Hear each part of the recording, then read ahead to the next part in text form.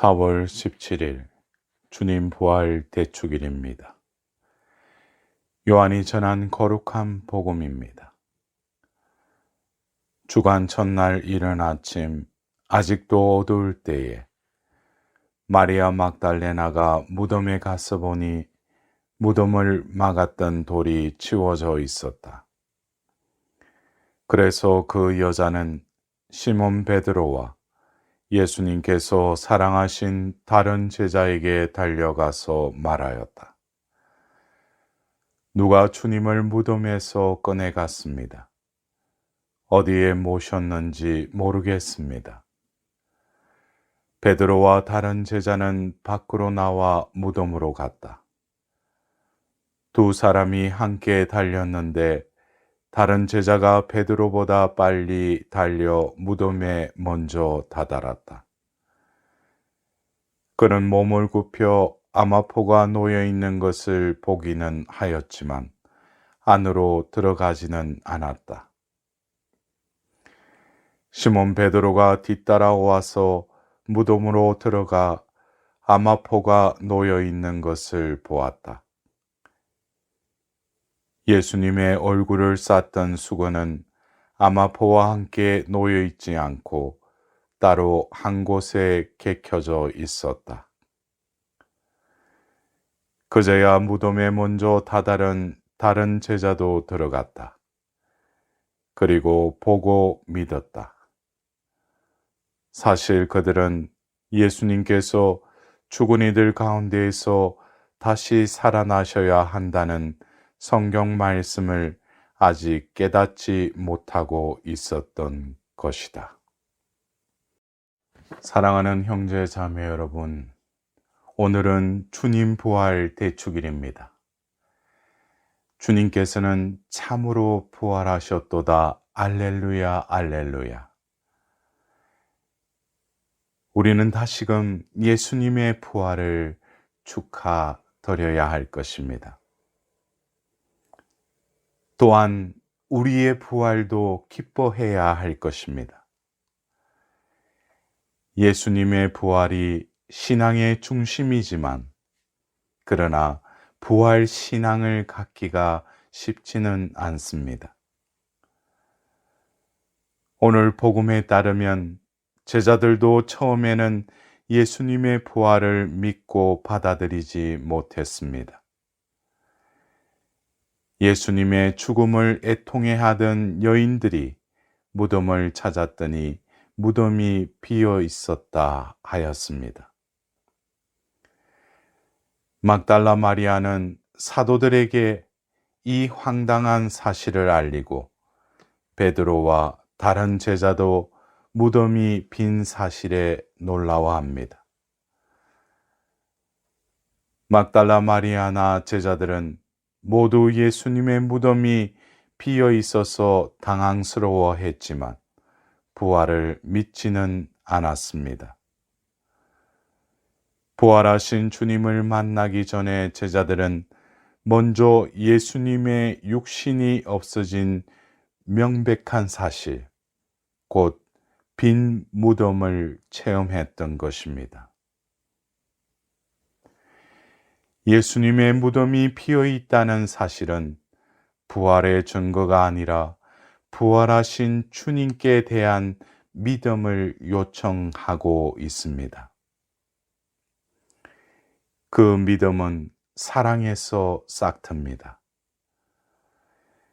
처음에 빈 무덤에 놀란 제자들은 살아생전에 예수님께서 베푸신 사랑과 우정을 회상하게 되었고 그분의 말씀을 되새기자 점차 빈 무덤의 앞에서의 황당함은 부활에 대한 믿음으로 변화되어 갔습니다.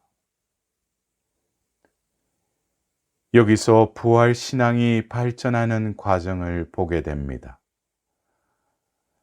오늘 복음에서 빈 무덤과 관련하여 보다라는 동사가 3번 나오는데 우리말로는 모두 동일하게 번역되었지만 본문에서는 세 단어가 각기 다릅니다. 첫 번째, 20장 5절에서 아마포가 놓여 있는 것을 보기는 하였으나 라는 구절에서 사용한 히라브 동사는 블레페이로 얼핏 보고 뜻을 이해한다는 의미의 동사가 쓰였습니다. 두 번째로 6절에서 베드로는 수위가 흩어진 것을 보았는데 라는 구절에서 사용한 테오레이라는 동사는 뜻이 보고 의문을 갖고 이해하기 위해 힘쓰는 태도를 뜻합니다. 마지막으로 8절에서 그리고 보고 믿었다라는 구절에서 에이덴이라는 이 보다라는 동사는 보고서 무슨 일이 벌어졌는지 눈앞에 벌어진 현상을 넘어 그 속에 감춰진 실체를 깨닫게 되는 단계를 뜻하는 동사를 쓰고 있습니다.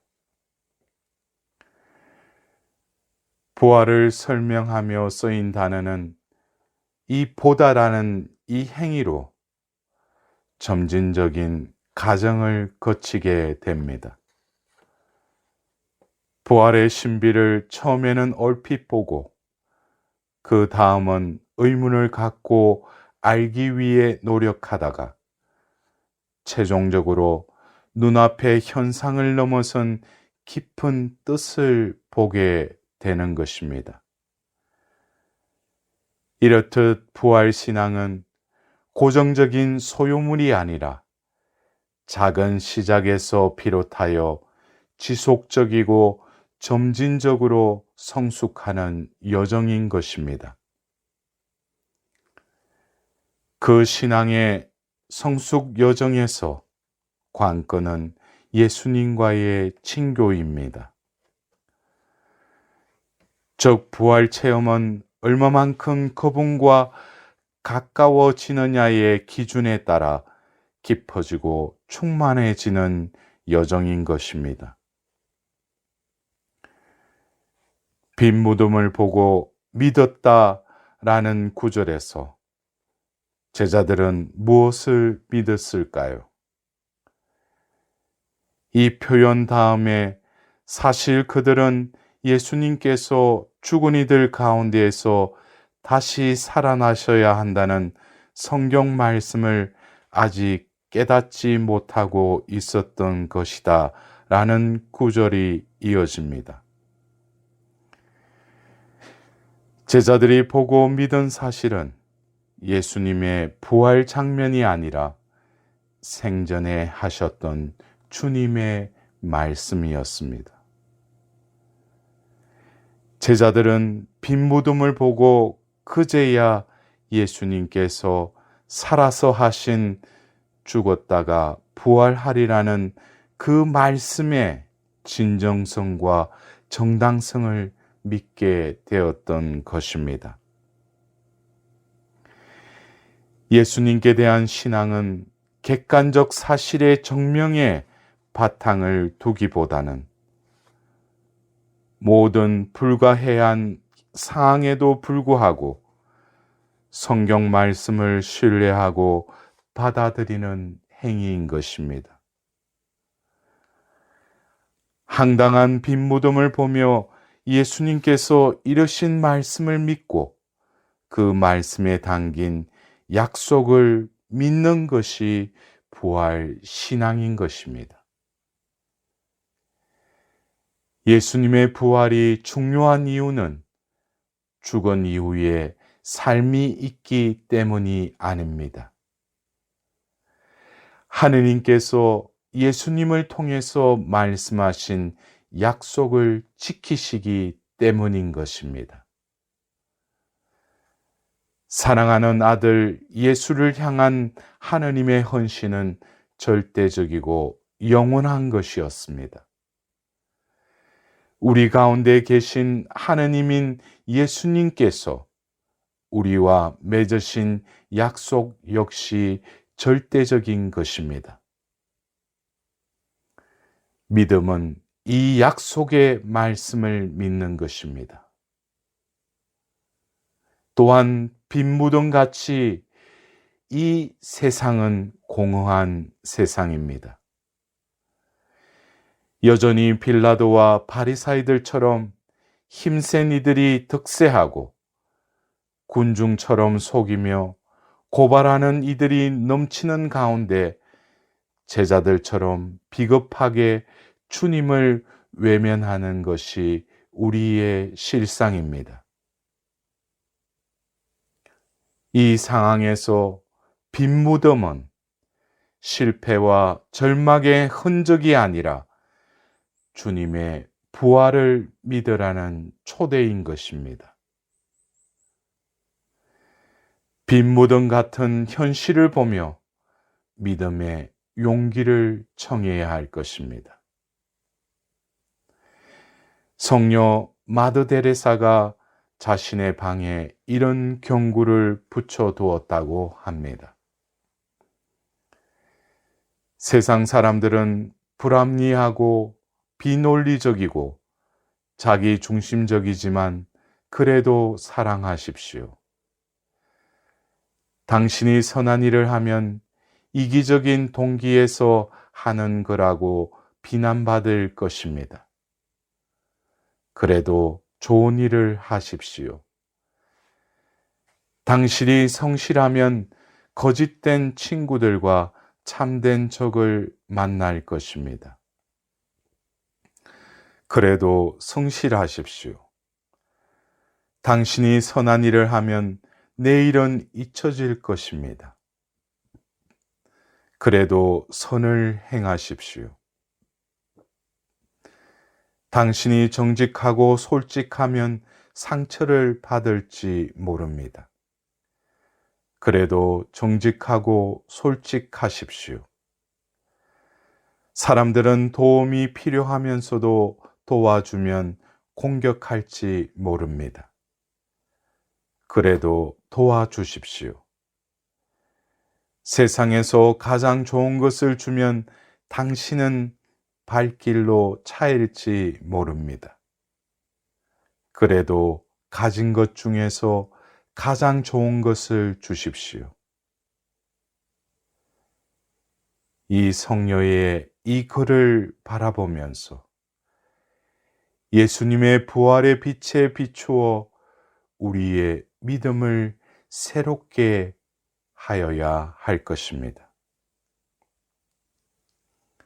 세상 사람들은 불합리하고 비논리적이고 자기 중심적이지만 그래도 사랑하십시오. 예수님의 사랑이 세상 어둠을 이겼기 때문입니다. 당신이 선한 일을 하면 이기적인 동기에서 하는 거라고 비난받을 것입니다. 그래도 좋은 일을 하십시오. 남을 위한 삶이 결코 헛일이 아님을 예수님의 부활이 증명하였기 때문입니다. 당신이 성실하면 거짓된 친구들과 참된 적을 만날 것입니다. 그래도 성실하십시오. 끝까지 성실한 예수님의 희생은 부활로 응답을 받으셨습니다. 당신이 선한 일을 하면 내일은 잊혀질 것입니다. 그래도 선을 행하십시오. 세상은 우리를 잊어도 부활하신 예수님께서는 결코 당신의 선행을 잊지 않을 것이기 때문입니다. 당신이 정직하고 솔직하면 상처를 받을지 모릅니다. 그래도 정직하고 솔직하십시오. 그토록 정직하셔서 죽음을 당하신 예수님께서 부활하셨기 때문입니다. 사람들은 도움이 필요하면서도 도와주면 공격할지 모릅니다. 그래도 도와주십시오. 모든 것을 바쳐 인간을 도우신 주님께서 부활하셨습니다. 세상에서 가장 좋은 것을 주면 당신은 발길로 차일지 모릅니다. 그래도 가진 것 중에서 가장 좋은 것을 주십시오. 목숨을 내어주신 예수님께서는 끝내 부활하셨기 때문입니다. 사랑하는 형제 자매 여러분, 우리 또한 이 부활의 빛으로 나아갑시다. 그리고 보고 믿읍시다. 그 믿음을 이웃에게 증거합시다. 그럴 때 부활하신 예수님께서 우리와 기필코 함께 하실 것입니다. 즐거운 한 주 되시기를 기원합니다.